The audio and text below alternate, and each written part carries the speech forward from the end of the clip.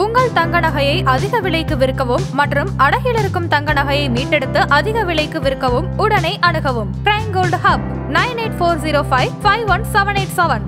Aha, no compromise. உங்க சைடுலயும் எங்க சைடுலயும். It's a GT promise. GT Holidays, South India's #1 travel brand. Karur சிக்கலை பொறுத்தவரையில் வந்து பார்த்தீங்க அப்படின்னு சொன்னால் அதற்கு முதல் பொறுப்பும் முதல் குற்றவாளியும் நடிகர் விஜய் அவர்கள் தான். யாரு இந்த மாதிரி ஒரு வாகனத்தை வச்சுக்கிட்டு பரப்புரை செய்யறது? அந்த வாகனம் நிக்கிறதுக்கு தாங்க அந்த இடம் பார்த்தோம். இவ்வளவு பெரிய வாகனத்துல நீங்க வர வேண்டிய தேவையும் அவசியமும் என்ன இருக்கு?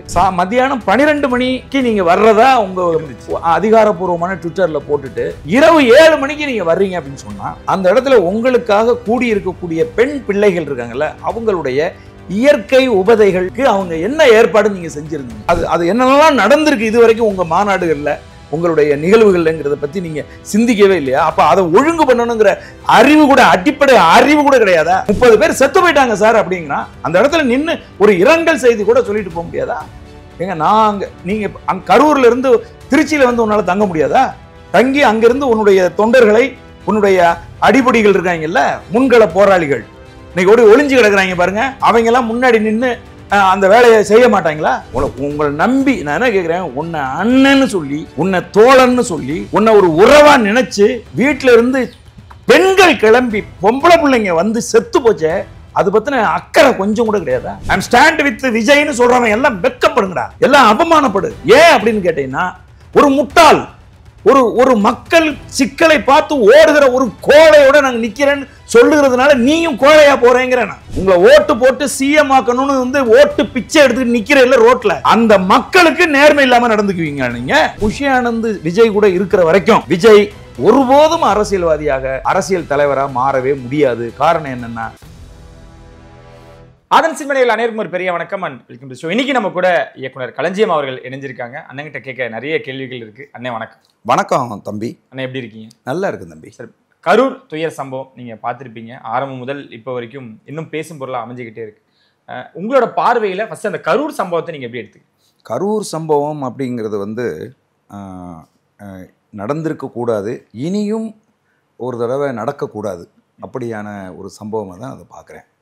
எனக்கு என்ன வருத்தமாக இருக்குது அப்படின்னு கேட்டிங்கன்னா, இந்தியாவில் இருக்கிற தேசிய இனங்கள் மற்ற வெவ்வேறு மொழி பேசுகிற மக்கள்லேயே தமிழர்கள் ஏன் இப்படி கலை வெறி கொண்டு அலைகிறார்கள் அப்படிங்கிறது புரியலை. கலை வெறினா எப்படின்னா ரசிக வெறி, ரசிக மனநிலை வந்து ஏன் இவங்களுக்கு இப்படி இருக்குது? இன்றைக்கி இந்தியா முழுதும் இருக்கக்கூடிய எல்லா மக்களுமே தமிழர்களை ஒரு கேவலமாக பார்க்குற ஒரு நிலை வந்து இன்றைக்கி வந்து உருவாகியிருக்கு. ஒருத்தன் ஆட்சி அதிகாரத்துக்கு வந்து நம்மளை அதிகாரம் செய்ய போகிறான், நமக்கான நிர்வாகத்தை அவன் செய்ய போகிறான், நம் மீது அரசியல் செய்ய போகிறான் அப்படின்னு சொன்னால் அவனுக்கு எவ்வளவு அறிவு இருக்குது, எவ்வளவு தூரம் அவன் அனுபவசாலியாக இருக்கிறான், எவ்வளவு நிர்வாக திறமை உள்ளவனாக இருக்கிறான், இதெல்லாம் எதுவுமே தேவையில்லை. அவன் சினிமாவில் நல்லா நடித்தான், நல்லா டான்ஸ் ஆடினான், அது மட்டும் போதும் அப்படின்னு நினைக்கிற இந்த ஒரு மனநிலை இருக்குது பாருங்க. இதுதான் இன்றைக்கு இந்தியா முழுதும் தமிழகத்தை மிக கேவலமாக பார்க்குற ஒரு சூழலை உருவாகியிருக்கு. கரூர் சிக்கலை பொறுத்தவரையில் வந்து பார்த்தீங்க அப்படின்னு சொன்னால் அதற்கு முதல் பொறுப்பும் முதல் குற்றவாளியும் நடிகர் விஜய் அவர்கள் தான். ஒன்று காரணம் என்னன்னு கேட்டிங்கன்னா, மக்கள் அவங்க கொடுத்துருக்கக்கூடிய கடிதத்தில் 10,000 பேர் வந்து திரளுவாங்கன்னு அவங்க கொடுத்துருக்காங்க. ஏன் பொய் சொல்கிறீங்க? குறைஞ்சபட்சம் 10,000க்கு மேற்பட்டவர்கள்னு சொல்லியிருந்தா கூட பிரச்சனை இல்லை. புரியுதா உங்களுக்கு? ரைட்டு. அங்கே வந்து ஒரு 30,000 பேர் வந்துட்டாங்கன்னு வைங்க. இப்போ வந்து எல்லாரும் கேள்வி எழுப்புறாங்க, நிறைய கேள்வி எழுப்புறாங்க. உலகத்தில் யார் இந்த மாதிரி ஒரு வாகனத்தை வச்சுக்கிட்டு பரப்புரை செய்கிறது? அந்த வாகனம் நிற்கிறதுக்கு தாங்க அந்த இடம் பார்த்தோம். கரெக்ட். இவ்வளவு பெரிய வாகனத்தில் நீங்கள் வர வேண்டிய தேவையும் அவசியமும் என்ன இருக்குது? உங்களுடைய ஆடம்பரமா? நான் கேட்குறேன். குறைஞ்சபட்சம் வந்து ஒரு ஸ்டாண்டர்டு வேனில் தான் எல்லா தலைவர்களுமே வடிவமைச்சு வச்சுருப்பாங்க. உள்ளே உட்கார்றதுக்கு ஒரு இடம் வச்சுருப்பாங்க, இது பண்ணியிருப்பாங்க. இவ்வளோ பெரிய ஒரு வாகனத்தை தூக்கிட்டு வர்றீங்க, ரைட். இந்த வாகனம் வரும்போது ஒரு 5 மணி வாக்கில் இந்த வாகனம் வருகிற போது வெளிச்சத்தை போட்டு ஜெகஜோதியாக முன்னாடி உட்காந்துக்கிட்டு கை காட்டிட்டு வர்றாரு.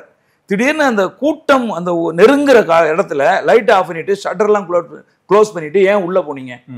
அப்போ அந்த மக்கள் உங்களை ஒரு முறை பார்த்துருந்தாங்கன்னா அவங்கெல்லாம் வெளியில் போயிருப்பாங்க. இப்போ எம்ஜிஆர் இந்த மாதிரி ரோட் ஷோ போயிருக்காரு, கலைஞர் போயிருக்காரு, விஜயகாந்த் போயிருக்காரு, இது மாதிரி பிரபலமாக இருக்கக்கூடிய நிறைய பேர் வந்து போயிருக்காங்க. அவங்கெல்லாம் வந்து வாகனத்தின் மேலே நின்று கும்பிட்டு கையை காட்டிட்டு போவாங்க. மக்கள் வந்து ஆர்ப்பரித்து அவரை ஒரு தடவை பார்த்துட்டா போதுங்கிறது தான் அவங்களுடைய மனநிலை. நீங்கள் இந்த ஓடி எலிவலைக்குள்ள எலிகளை ஓடி ஒளிகிறது மாதிரி போய் ஒளிஞ்சு இந்த மக்களை ஏன் வந்து ஏமாத்துறீங்க? ஒன்று.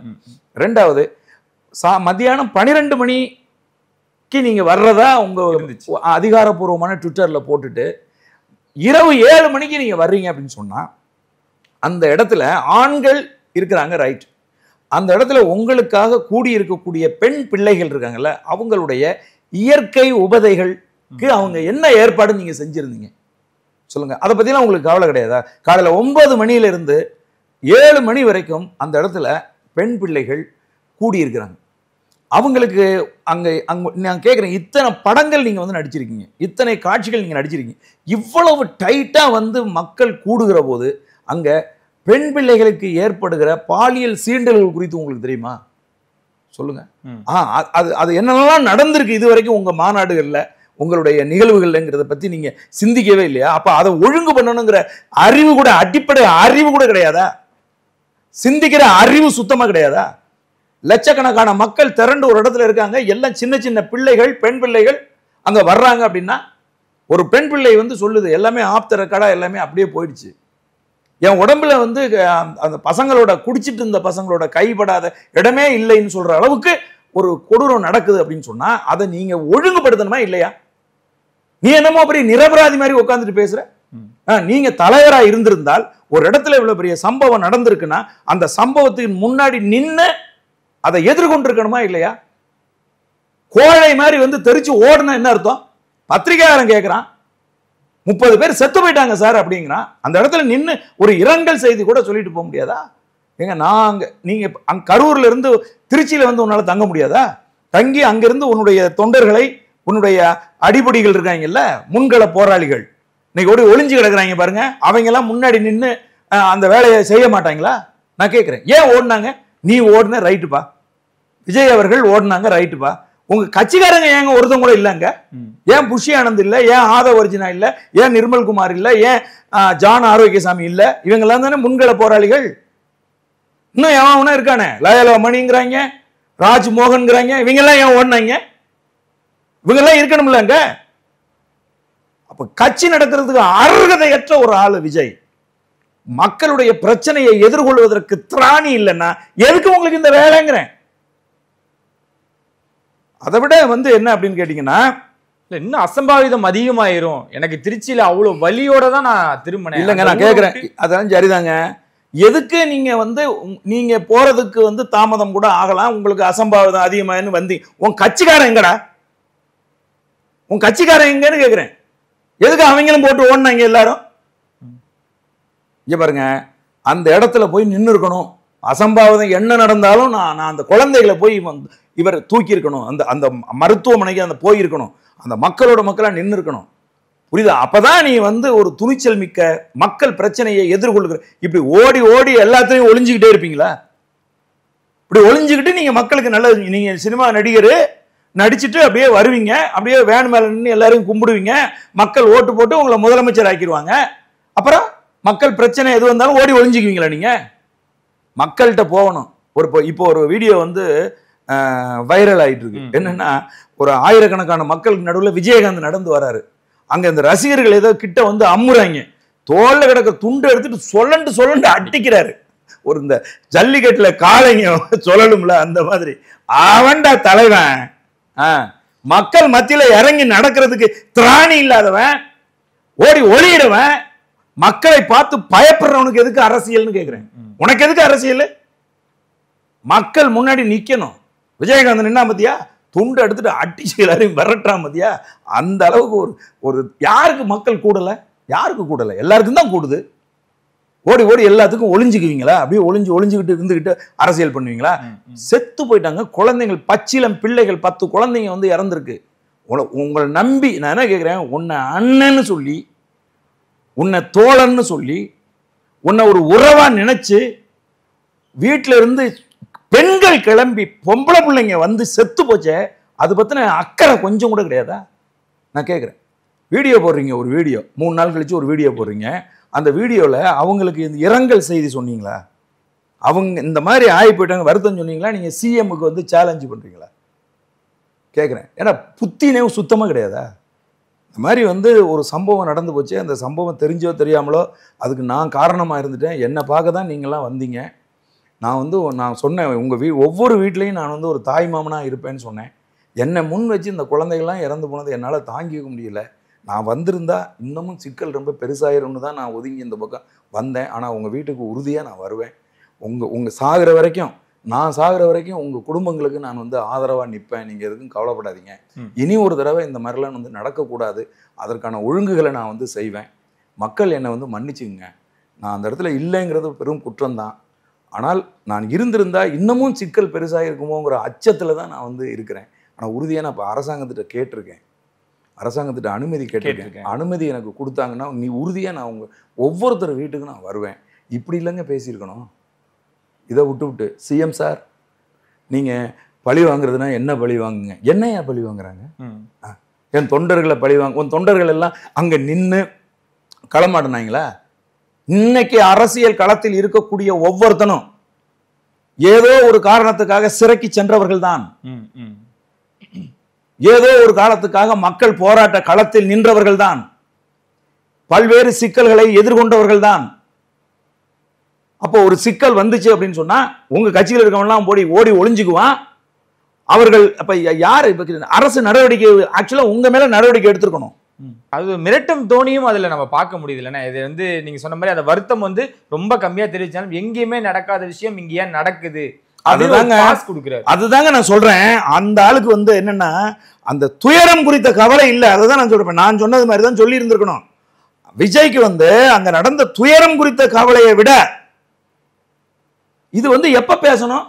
இந்த நேத்து இந்த பேச்சு இருக்குல்ல தம்பி விஜய்க்கு நான் வந்து சொல்றேன், இந்த பேச்சை நீ எப்ப பேசணும்னா இந்த பிரச்சனை எல்லாம் சால்வ் பண்ணி வந்து மக்கள் மன்றத்துக்கு திரும்ப வரும்போது பேசியிருக்கணும். அதை விட்டு இங்க நடந்திருக்கக்கூடிய துயரத்துக்கு தான் நீ வந்து கவலைப்பட்டிருக்கணும். துயரத்துக்கு தான் நீ பேசி இருந்திருக்கணும். இங்க வந்து நீ கவர்மெண்ட்டை வந்து குற்றம் சொல்றதும் உனக்கு எங்கேயும் நடக்காது எனக்கு நடந்துச்சுன்னு பேசுறதுக்கான நேரமா அது? அதையா உன்ட்ட எதிர்பார்த்தாங்க இப்போ மக்கள்? அதனாலதான் இன்னைக்கு இணையதளங்களை வச்சு கும்முன்னு கும்புறாங்க. அப்போ ஒரு அடிப்படை அறிவும் இல்லாத ஒரு ஆளு நீ எதுக்கு அரசியலுக்கு வர்ற? உனக்கு என்ன ஒண்ணுமே தெரியல. உனக்கு ஏன் அரசியலுக்கு வர்ற?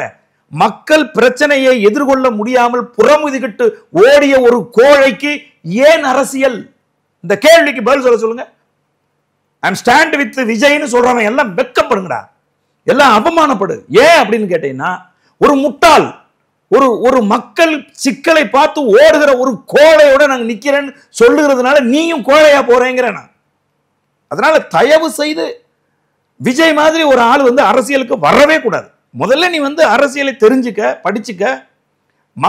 ஒரு கட்டமைக்காம கீழே இறங்கி போய் தங்கள் ரசிகர்களை தொண்டர்களா முதல்ல விஜயே வந்து நடிகன் மாதிரியே பேசுறாருங்க. சேலஞ்சு பண்றது வந்து ஹீரோ வந்து வில்லன்ட்ட சேலஞ்ச் பண்றது மாதிரி சேலஞ்சு பண்றது. வண்டிக்குள்ள உட்காந்துட்டு லைட்டை போட்ட உடனே இவர் முகம் தெரியுதா, தெரிஞ்ச உடனே கூட்டம் கத்துதா, கத்துனா ஒரு 2 நிமிஷம் கழிச்சு ஒரு சின்ன சிரிப்பு சிரிட்டு ஆஃப் பண்ணிடுறது. அப்புறம் கொஞ்ச நேரம் கழிச்சு அமைதியாயிடுறாங்க அவங்க. கொஞ்ச நேரம் கழிச்சு திரும்ப அந்த லைட்டை போடுறது. இதெல்லாம் வந்து எந்த கட்சி தலைவனாவது இதெல்லாம் பண்ணுவானா? நீங்க நடுநிலையா நின்னே யோசிங்க. எவனாவது ஒரு கோமாளி இதை செய்வானாங்க? Right, okay. நீ மக்களை பாக்குறதுக்கு தானே வர்ற.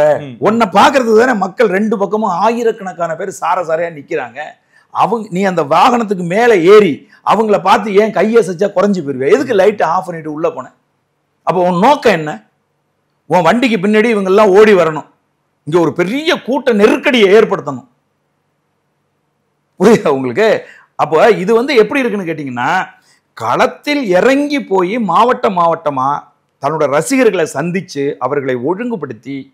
ஏன் இப்ப நான் கேட்கிறேன், விஜய் நினைச்சா ஒரு மாவட்டத்துக்கு 500 பேர் தொண்டர் படையை உருவாக்க முடியாதா? முடியும். ஏன் உருவாக்கல? ஏன் அறிவிப்பு செய்யல? கரூர் மாவட்டத்துக்கு நான் வர்றேன், கரூர் மாவட்டத்தை சேர்ந்தவர்கள் மட்டும்தான் வரணும், நான் ஒவ்வொரு ஊருக்கும் மாவட்டத்துக்கு நான் வருவேன், அந்தந்த மாவட்டத்தை சேர்ந்தவர்கள் மட்டும்தான் வரணும். ரைட்டு, மேலே ஏறி பேசுறீங்க, மரங்கள்ல ஏறி மரங்கள் ஒட்டிஞ்சு விழுந்துதான் ஒரு அம்மா ஒரு கை குழந்தையும் இறந்துருக்கு. கரண்ட் இந்த பக்கம் போலீஸ் சொல்றாங்க, இந்த பக்கம் வந்து காட்டுறாங்க ஒரு டிரான்ஸ்பார்மர் இருக்கு, டிரான்ஸ்பார்மர்ல கட்டி ஏறுறாங்க. காவல்துறை சொல்லுது ஏன் அந்த ரவுண்டானாவுல கொடுக்கலன்னு பிஜேபி காரங்க வரைக்கும் கேள்வி கேட்டுட்டு இருக்காங்க. ஏய், பக்கத்துல ஒரு பெரிய பெட்ரோல் பங்க் இருக்கியா, பெட்ரோல் பங்கை கொளுத்தி விட்டுருவாங்க அவங்க. இந்த பக்கம் அமராவதி ஆறு இருக்குயா, ஆத்துல விழுந்து திரும்ப ஒரு தாமிரபரணி சம்பவம் நடந்து போயிடும். புரியுதா சொல்றது? காவல்துறை நாளை அப்புறம் இதை கொடுத்துருந்தாங்க, அந்த பெட்ரோல் பங்க்ல ஏதோ ஒரு பிரச்சனை ஆகி போச்சு, ஆத்துக்குள்ள விழுந்து பல பேர் செத்து போயிட்டா என்ன சொல்லுவாங்க, வேணும்னே இந்த இடத்த ஏன் கொடுத்தீங்க, அவங்க கேட்டிருப்பாங்க நீங்க ஏன் கொடுத்தீங்கன்னு. அதனால இந்த துயர சம்பவம் என்பது இனி ஒருபோதும் இந்தியாவில் நடக்கக்கூடாது. அந்த சூழல் அவருக்கு தெரிஞ்சிருக்கணும். அவர்கிட்ட கேட்கறாங்க தண்ணி இருக்கான்னு கேட்கறாங்க. விஜய் அவர்கள் தண்ணி பாட்டில் எடுத்து போறாரு. ஆனா நேத்து அந்த காணொலியில அவர் சொல்றாரு, கரூர் மக்கள் சொன்னது வந்து அந்த கடவுளே வந்து எனக்கு சொன்ன மாதிரி இருக்கு அப்படின்னு. எந்த காணொலியை அவர் எந்த காணொலியை பார்த்துட்டு கரூர் மக்கள் சொன்னாங்க? அது அந்த விஷயங்களை அவர் கன்வே பண்ணும்பொழுது இல்லைங்க, அடிப்படையில் அவர் பேசுறது இல்லைங்க. நான் என்ன சொல்றேன்னா, இப்ப நான் வந்து ஒரு கட்சியில வந்து பயணிக்கிறேன், நாம் தமிழர் கட்சியில நான் வந்து பயணிக்கிறேன். எங்க அண்ணன் சீமான் அவர்கள் வந்து முதல்ல சிந்திக்கிறத எத்தனை பேருப்பா நமக்கு அந்த இடத்துல திரளுவாங்க? அண்ணே ஒரு 25,000 பேர் தருவாங்க. இப்போ பெண்கள் எத்தனை பேர் வருவாங்க? பெண்கள் வந்து ஒரு 5,000 பேர் வருவாங்கண்ணே. 5,000 பேருக்கு கழிவறைகள் இத்தனை இருக்கணும். ஓகே, மொத்தமாக அந்த கூட்டம் இந்த ஒரு 25,000 பேர் வர்றாங்கன்னா 25,000 பேருக்கும் குடிநீர் ஸ்பெசிலிட்டி எப்படி பண்ண போறீங்க? எத்தனாயிரம் லிட்டர் நீங்க தண்ணி கொண்டு வந்து ஸ்டோர் பண்ணி எப்படி டிஸ்ட்ரிபியூட் பண்ண போறீங்க? இதைத்தான் எடுத்த உடனே கேட்பார். பெண்களுக்கான ஏற்பாடுகள். அப்புறம் ரெண்டாவது, அந்த கூட்டத்துக்குள்ள ஒன்னடி அப்படி இல்லை, பெண்கள் நிற்கக்கூடாது, பெண்கள் உட்காரணும், பெண்களுக்கு முன்னுரிமை கொடுக்கணும் அப்படின்னு சிந்திக்கிறான் பார்த்தீங்களா, அவன் தான் உண்மையான தலைவர். என்னன்னா, நான் கேள்விப்பட்ட வர தம்பி ஒரு விஷயம் கேள்விப்பட்டு தான் ரொம்ப வருத்தம் அடைஞ்சேன், கவலை அடைஞ்சேன். அது என்னன்னா, இந்த நிகழ்வை ஒருங்கிணைக்கிறது அவங்க. அப்போ அந்த மாவட்ட செயலாளர் இருக்கார்ல, கரூர் மாவட்டம்னா இப்போ எங்களுக்கெல்லாம் வந்து நாம் தமிழர் கட்சி இப்போ கன்னியாகுமரி மாவட்டத்தில் வந்து ஒரு நிகழ்ச்சி நடத்துகிறோம் அப்படின்னா அந்த நிகழ்ச்சி முழு பொறுப்புமே கன்னியாகுமரி மாவட்ட பொறுப்பாளர்கள்ட்ட போயிடும். ஆமாம், இடம் தேர்வு செய்வதிலிருந்து என்னென்ன வேலைகள் இருக்கோ அனைத்தையுமே அவங்க செய்வாங்க. அண்ணன் எங்கே தங்குறாங்க, எத்தனை மணிக்கு வர்றாங்க, எந்த ரூட்டில் வர்றாங்க, எப்படி வந்து காரு மேடைக்கு முன்னாடி நிற்குதா பின்னாடி நிற்குதா சைடில் நிற்க, எல்லாத்தையும் அவங்க டிசைட் பண்ணுவாங்க. ஆனால் இவருக்கு என்ன தெரியுமா, அப்படி வந்து அந்த கரூர் மாவட்ட செயலாளர்களுக்கு ஒன்றுமே தெரியாது. ஒரு துபாயே ஏதோ ஒரு நாட்டில் இருக்கக்கூடிய ஒரு ஈவெண்ட் மேனேஜ்மெண்ட் கம்பெனி, ஓகே, அந்த கம்பெனி தான் விஜய்க்கு இந்த நிகழ்ச்சியெல்லாம் ஒருங்கிணைச்சு கொடுக்குது. விளங்குமான்னு நான் கேட்குறேன் விஜயை பார்த்து, உங்கள் பாதுகாப்புக்கு நீங்க வந்து பவுன்சர் வச்சிருக்கீங்க, உங்கள் வசதிக்கு எவனுமே உலகத்துல வச்சுக்கிறாத அளவுக்கு பரப்புரை வாகனத்தை வந்து பல கோடி ரூபாய் செலவு பண்ணி நீங்க வச்சிருக்கீங்க. அதுக்குள்ள கழிவறை இருக்கு, அதுல படுத்து தூங்குறதுக்கு இடம் இருக்கு, அதுல உட்காந்து சாப்பிட்றதுக்கு டைனிங் டேபிள் இருக்கு, உங்களுக்கு வேண்டிய உணவு வகைகள் எல்லாம் சமைச்சு கொடுக்கறதுக்கு எல்லா ஃபெசிலிட்டியும் அதுல வச்சிருக்கீங்க. உங்களை பார்க்க வர்ற பெண் பிள்ளைகளுக்கு என்ன வசதியை நீங்க செஞ்சு கொடுத்தீங்க கேட்கிறேன். உங்களை அதை மீறி உங்கள்ட்ட வந்தா தூக்கி வீசுறாங்க பவுன்சர்ஸ். அப்ப மக்கள் மத்தியில் வந்து அரசியல் செய்வதற்கென்று ஒரு அடிப்படை தகுதி இருக்கு. அந்த தகுதி சுத்தமா இல்ல விஜய் உங்களுக்கு. அந்த தகுதியை வளர்த்துக்கிறத பத்தி பேசுங்க. அதுக்கப்புறம் நீங்க அரசியல்வாதிகளை சேலஞ்ச் பண்றதெல்லாம் அப்புறம் இருக்கட்டும். இங்க இருக்கக்கூடிய அரசியல்வாதிகள் இருக்காங்கல்ல, இவங்க யாரும் நீங்க சேலஞ்ச் பண்ற அளவுக்கு சின்ன ஆளுங்க கிடையாது. புரியுதா? நீ ஒன்னும் அவ்வளவு பெரிய வச்சு பேனை ரெண்டு நெகத்துக்கு நடுவில் வச்சு நசுக்கிறது மாதிரி நசுக்கி போடுவாங்க. இப்போவாவது புத்தி வரணும். அரசியல்வாதிகளை நம்ம வந்து தேவையில்லாம சேலஞ்ச் பண்ணோம்னா என்ன நடக்குங்கிற ஒரு அடிப்படை அறிவு இப்போவாவது வரணும். திரும்பவும் உட்கார்ந்துக்கிட்டு வில்லனை பார்த்து ஹீரோ டயலாக் பேசுறது மாதிரி டயலாக் பேசக்கூடாது. நேற்று அவர் பேசிய வசனங்கள் என்பது எழுதி கொடுத்துதான் பேசுறாரு அவர். அது ரொம்ப தப்பா எவனா எழுதி கொடுத்துருக்கான். நேற்று அவர் இதையெல்லாம் பேசியிருக்க கூடாது. அவர் மக்கள்கிட்ட பேசியிருக்கணும். அவர் அந்த துயரத்தில் அவர் பங்கெடுத்திருக்கணும். அதை மட்டும்தான் அவர் செஞ்சிருக்கணுமே ஒழிய அவர் வந்து ஆளுங்கட்சி சிஎம்முக்கு வந்து சொல்றது அவங்களே இதை நாங்க அரசியல் ஆக்கல, இந்த நடக்க கூடாதுன்னு அவங்க சொல்றாங்க. ஆமா, இன்னொரு விஷயம் எல்லாமே ரொம்ப பாதிச்ச விஷயம், அவங்களுக்கு வந்தா மட்டும் நடக்க கூடாது நடந்துருச்சுமா அப்படின்னு சொல்லக்கூடியவங்க தான் அவங்க அப்படின்னு இவர் தான் சொன்னாரு. யார் சொன்னது? விஜய் தான் சொன்னாரு. சாரின்னு போயிடுவாங்க அப்படின்னு. இப்ப இவரும் அதே சொல்றாரு, நடக்க கூடாது நடந்துருச்சு. சாரி கூட சொல்லலையன்ற ஒரு சொல்ல மாட்டாருங்க. அவருக்கு அதெல்லாம் தெரியாதுங்க. ஏங்க ஒரு ஒரு ஒரு அம்பேத்கர் சிலைக்கு மாலை போட போறாரு, புரியுதுங்களா? போய் அவரே தட்டு எடுத்துட்டு போறாரு, பூவை போட்டாரு, மாலையை போட்டாரு, வணக்கம் செலுத்தாம வர்றாருங்க. அப்ப இவருக்கு என்ன அடிப்படை அறிவு இருக்குன்னு நீங்க நினைக்கிறீங்க? ஒரு ஒரு சிலைக்கு மாலையை போட்டுட்டு அவங்களுக்கு நம்ம ஒரு நிமிடம் வணக்கம் செலுத்தணுமா இல்லையா? கண்டிப்பா மரியாதை செலுத்த அது கூட தெரியாத கூமுட்டங்க. பி ஸ்ட்ராங், நாங்க வந்து இன்னும் ஸ்ட்ராங்கா வருவோம் அப்படின்ற மாதிரி கிழிச்சாரு. எழுதி கொடுத்த வசனத்தை பேசுறதுக்கு இன்னும் நல்ல ஸ்ட்ராங்கா வருவீங்க தம்பி. நீங்க காலத்துல நிக்கணும் தம்பி. உடியாந்துட்டீங்களே, உடியாந்து 10 வயசு புள்ள கூட உங்களை காரி துப்புத நீங்க ஓடி போயிட்டீங்கன்னு. இன்னைக்கு இணையதளங்களை திறந்தா 10 வயசு குழந்தை கூட காரி துப்புது. புரியுதா உங்களுக்கு?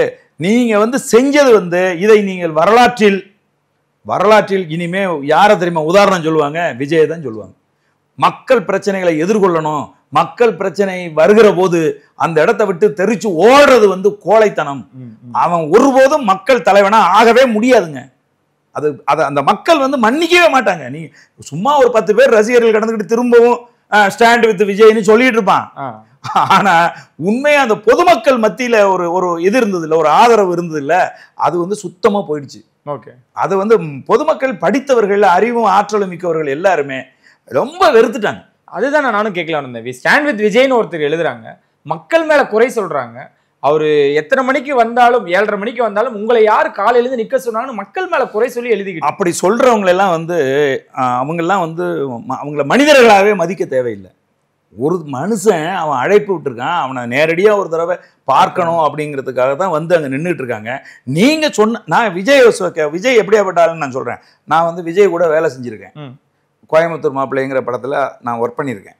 விஜய் எப்படியாப்பட்ட ஆள் அப்படின்னு கேட்டிங்கன்னா, ஷூட்டிங் வந்து காலையில் வந்து 6 மணிக்கு ஷூட்டிங் அப்படின்னு வச்சுங்களேன், சும்மா எக்ஸாம்பிளுக்கு சொல்கிறேன். 6 மணிக்கு ஷூட்டிங்னா 5:55 வித்து மேக்கப்பு, அந்த காட்சிக்கு என்ன ட்ரெஸ்ஸோ அந்த ட்ரெஸ் எல்லாம் போட்டுக்கிட்டு வந்து ஷூட்டிங் ஸ்பாட்டில் உட்காந்துருவார். அது ஒரு நாள் கூட விஜய் 5 நிமிஷம் லேட்டு அப்படின்னு நான் ஒர்க் பண்ண வரைக்கும் இல்லை. அப்போ முதலாளி காசு கொடுக்குற முதலாளிக்கு மட்டும் நீங்கள் ரொம்ப டைமிங் வந்து பர்ஃபெக்டாக இருப்பீங்க. ஆனால் மக்களை சந்திக்கிறதுக்கு மட்டும் அவங்க காத்து கிடக்கட்டும்னு சொல்லிட்டு 5 மணி நேரம் 6 மணி நேரம் கழிச்சு வருவீங்களா? மக்கள் இழிச்சவாயிரா? மக்கள் புரிஞ்சுக்கணும். காசு கொடுத்து நடிக்கிற, காசு கொடுக்குற முதலாளிக்கு நேர்மையா இருக்கிற விஜய் உங்களை ஓட்டு போட்டு சிஎம் ஆக்கணும்னு வந்து ஓட்டு பிச்சை எடுத்துட்டு நிக்கிற இல்ல ரோட்ல, அந்த மக்களுக்கு நேர்மை இல்லாம நடந்துக்குவீங்க. நீங்க 12 மணிக்கு வர்றேன்னு சொல்லிட்டு நைட்டு 7 மணிக்கு வருவீங்களா? எங்க போய் என்ன புடுங்கி கிழிச்சிங்க நான் கேட்கிறேன். சொல்லுங்க விளக்கம். இதெல்லாம் வந்து நேர மேலாண்மை தெரியாத ஒரு ஆளா இருந்தா நம்ம வந்து கவலைப்படலாம். நேர மேலாண்மை குறித்து மிக சரியாக அவங்க அப்பா வந்து சொல்லி கொடுத்து வளர்த்த ஒரு ஆளு. புரியுதுங்களா? ஷூட்டிங் ஸ்பாட்ல மிக சரியான நேரத்துக்கு படப்பிடிப்புக்கு வர்ற சிவாஜி போன்றவர்களை முன்னுதாரணமா சொல்லி வளர்க்கப்பட்ட பையன் நீங்க. ஆனா நீங்க இன்னைக்கு மக்களை சந்திக்கிறதுக்கு மட்டும் குறித்த நேரத்துக்கு வரமாட்டீங்க. திருச்சியில விமான நிலையத்துல இருந்து வந்து இந்த வண்டியில ஏறிட்டாரு. ஏறி உள்ள உட்காந்து லைட் ஆஃப் பண்ணி போட்டு விளையாண்டுட்டு இருக்காரு. அந்த விளையாடுறதுக்கு பதிலா அந்த வேன்ல ஏறி தம்பிங்களா நம்ம 11 மணிக்கு மரக்கடைக்கு போகணும், தயவு கூர்ந்து எல்லாரும் கொஞ்சம் விலகுங்க, வாகனத்தை வழி விடுங்க, நமக்கு கெட்ட பேர் வந்துடும். நிறைய பேர் விமான நிலையத்துக்கு போகணும், நிறைய பெண்கள் வந்து மருத்துவமனைக்கு போகணும், மக்களால் நமக்கு ஒரு பாதிப்பு வரக்கூடாது, ஒதுங்குங்க தம்பிங்களா அப்படின்னு சொல்லி இருந்தா அவங்க வந்து விஜய் பேச்சை கேட்டிருக்க மாட்டாங்களா? கேட்டிருக்க மாட்டாங்களா? கண்டிப்பா கேட்டிருப்பாங்க. அப்படின்னு அப்ப ஏன் செய்யல நீங்க? அதை விரும்புறாரு, ரசிக்கிறாரோ? அதை தான் நான் சொல்றேன்.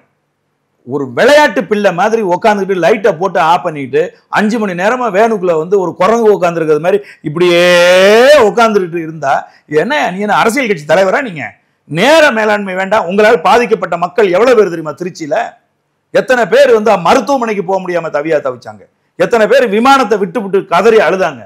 மத்திய அமைச்சர் ப. சிதம்பரம் காருக்குள்ள விமானத்தை விட்டு வந்து 2 மணி நேரம் காருக்குள்ளேயே உட்காந்துட்டாரு, நகர முடியல. அப்ப இதுக்கெல்லாம் யாரு காரணம்? ஒரே ஆள் நீங்க தான். நீ உங்களுடைய தொண்டர்கள்லாம் கிடையாது, இன்னும் தொண்டர்கள்லாம் அவர் மாத்தல. இவர் முதல்ல இங்க பாருங்க ஒரு விஷயம் தம்பி, இது வந்து ஃபார்முலா. நீ நடிகராக இருக்கிற வரைக்கும் அவர்கள் ரசிகர்களாகத்தான் இருப்பார்கள். நீ என்னைக்கு அரசியல் கட்சி தலைவனா மாறுறியோ அன்னைக்கு தான் அவர்கள் தொண்டர்களா மாறுவாங்க. தொண்டர்களா உன்னுடைய ரசிகர்களை மாத்தணும் அப்படின்னு சொன்னா இப்படி ரோடா போக கூடாது. அதுக்கு முன்னாடி ஒரு வேலை இருக்கு. அந்த வேலை நீ மாவட்டமா போய் அவர்களை ஒவ்வொரு இடத்து தனிப்பட்ட முறையில் சந்திச்சிருக்கணும். புரியுதா உங்களுக்கு? இப்போ எங்க அண்ணன் எடுத்துங்களேன், செந்தமிழன் சீமான் எடுத்துக்கிட்டீங்கன்னா, இப்போ வந்து தஞ்சை மாவட்டத்துக்கு வர்றாருன்னா தஞ்சை மாவட்டத்தில் மாவட்ட செயலாளர் யாரு, மாவட்ட துணை செயலாளர் யாரு, மண்டல பொறுப்பாளர் யார், மாநில பொறுப்பாளர் யார், எல்லாரையுமே தெரியும் அவருக்கு. புரியுதா உங்களுக்கு? காரணம் என்னன்னா அந்த மாவட்டத்துக்கு போய் அந்த பொறுப்பாளர்களை நியமிச்சு அங்க ஒரு பொதுக்கூட்டம் போட்டு அவர்கள் எல்லாம் அறிமுகம் பல தடவை அவர் ஆயிருக்காரு. தமிழ்நாட்டில் இருக்கக்கூடிய ஒவ்வொரு மாவட்டத்திலையும் மாவட்ட பொறுப்பாளர் அந்த முக்கியமா இருக்கக்கூடிய அந்த பொறுப்பாளர்கள் 15-20 பேரை எல்லாரையும் நேரடியாவே தெரியும் அண்ணனுக்கு. அப்படி ஒரு நிலையை ஏன் நீங்க உருவாக்கிக்கல? உங்களுக்கு தெரியுமா யாரையாவது? உங்க கூட இருக்காங்களா ஒரு 10 பேர், அவங்கள எவனாவது ஒருத்தன், நான் கேட்கிறேன், இந்த புஷ்ய ஆனந்த்னு ஒருத்தர் இருக்காருங்க, அவர் இருக்கிற வரைக்கும் விஜய் உருப்படவே முடியாது. காரணம் என்ன அப்படின்னு கேட்டீங்கன்னா, நான் ஒரு மிக பிரபலமான ஒரு ஆளு, திமுக மதிமுக இதுல எல்லாம் பயணிச்ச அனுபவமிக்க ஒரு ஆளு. அவரை வந்து விஜய் வந்து பேசியிருக்காரு. பேசி அவரை பார்க்கறதுக்கு விஜய் வந்து காலையில 10 மணிக்கு வாங்கன்னு சொல்லியிருக்காரு பனையூருக்கு. இவர் ரொம்ப பர்ஃபெக்டான ஒரு ஆளு, ஒரு சுப்ரீம் கோர்ட் லாயரு, அரசியல் அனுபவமிக்க ஒரு மிகப்பெரிய சாணக்கியன். அந்த ஆள் கரெக்டா வந்து 9:50 அந்த அலுவலகத்துக்கு போய் உட்காந்துட்டாரு. புஷ்யானந்த் வந்து கேட்குறாரு, யாரை பார்க்க வந்திருக்கீங்க அப்படின்னு.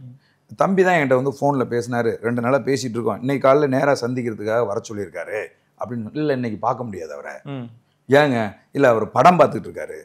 இல்லைப்பா என்னை 10 மணிக்கு அவர் தான்ப்பா வர சொன்னார், நீங்கள் போய் சொல்லுங்க. இல்லைங்க நான் தான் சொல்கிறேன்ல, அவர் பார்க்க முடியாது, வெயிட் பண்ணு, எப்படி ஒரு 2 மணி ஆகும், வெயிட் பண்ணுங்க, வந்தோடனே பார்த்துட்டு போங்க அப்படின்ட்டு. இவர் வந்து பார்த்தாரு, இவர் பர்ஃபெக்ட் ஜென்டில்மேன் சொன்னேன்ல.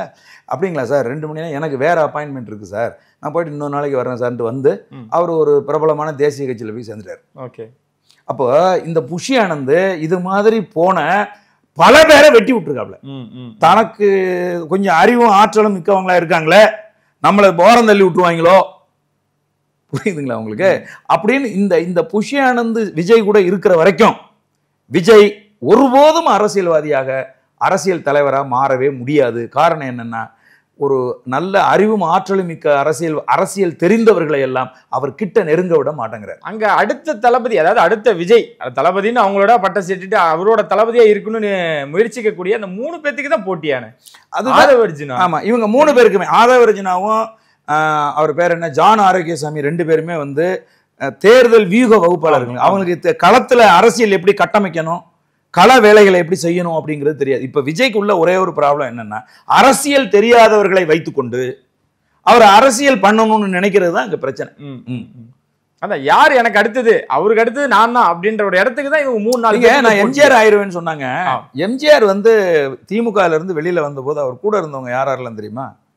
எம்ஜிஆர் கூட இருந்தவங்க வந்து பண்ருட்டி ராமச்சந்திரன் இருந்தார், அறந்தாங்கி திருநாவுக்கரசு இருந்தார், எஸ்டி சோமசுந்தரம் இருந்தார், காளிமுத்தையா இருந்தார், தமிழ் குடிமகன் இருந்தார். இவங்கெல்லாம் சொல்றேன், வீரபாண்டிய ஆறுமுகம், இவங்கெல்லாம் என்ன சாதாரண ஆட்களா? இவங்க ஒவ்வொருத்தரும் ஒரு லெஜண்ட்.